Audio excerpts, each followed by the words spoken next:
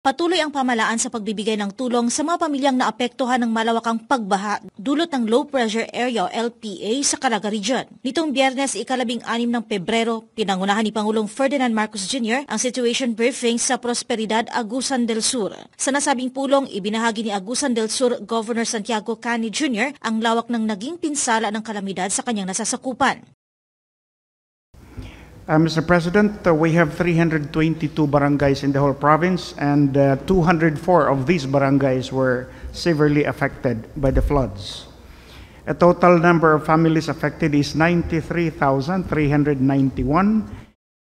Sinabi naman ng Pangulo sa mga lokal na opisyal ng Caraga Region na makipag-ugnayan sa mga kinaukulang ahensya ng gobyerno upang matiyak ang agarang pagtugon sa mga apektadong lugar.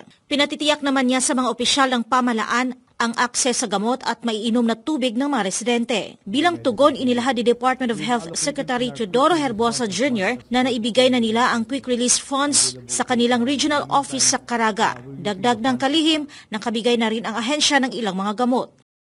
The regional office has already provided some of the medicines. Some of them are for the water, sanitation and hygiene.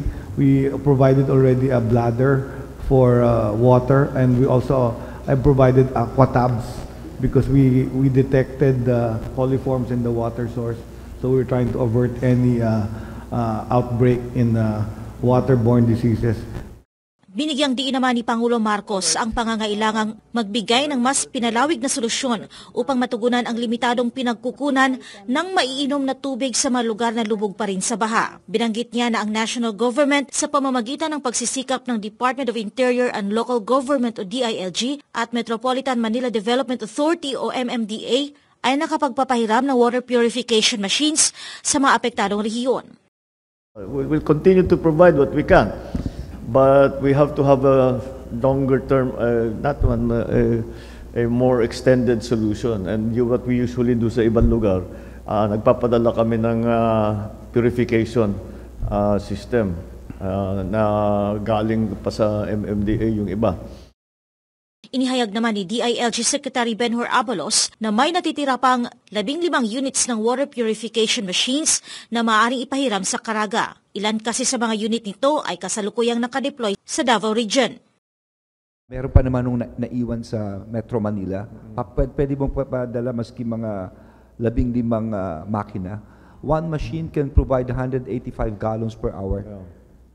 Hinggil naman sa agrikultura, nakahanda ang Department of Agriculture na magkaloob ng mga punla, pataba, makinarya at iba pang kagamitan sa sakahan para makabawi ang mga magsasaka mula sa kanilang pagkalugi dahil sa baha.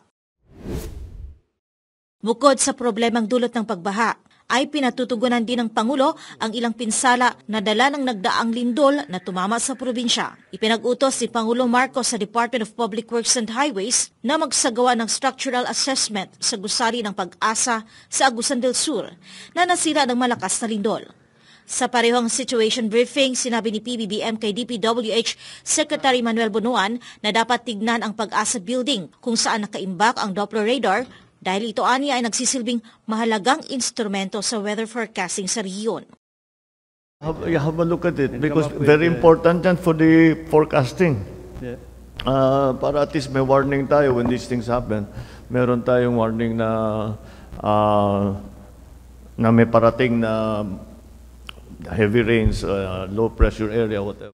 Inutusan din ni Pangulong Marcos si Secretary Bunuan na mahigpit na makipag-ugnayan sa lokal na pamahalaan tungkol sa suliraning ito. Tiniyak naman ng DPWH Chief sa Pangulo ang agarang pagtugon sa pagsasaayos ng Pag-asa Building. Kaugnay dito na ipaalam na rin ang naturang issue kay Department of Science and Technology o DOST Secretary Renato Solidum Jr.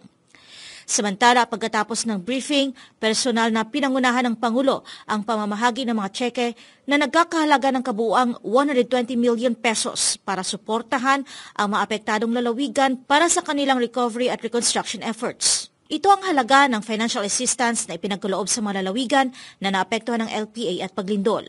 40 million pesos sa Agusan del Sur, 15 million pesos sa Agusan del Norte, 35 million pesos sa Surigao del Sur, 10 million pesos sa Surigao del Norte at 20 million pesos sa Butuan City.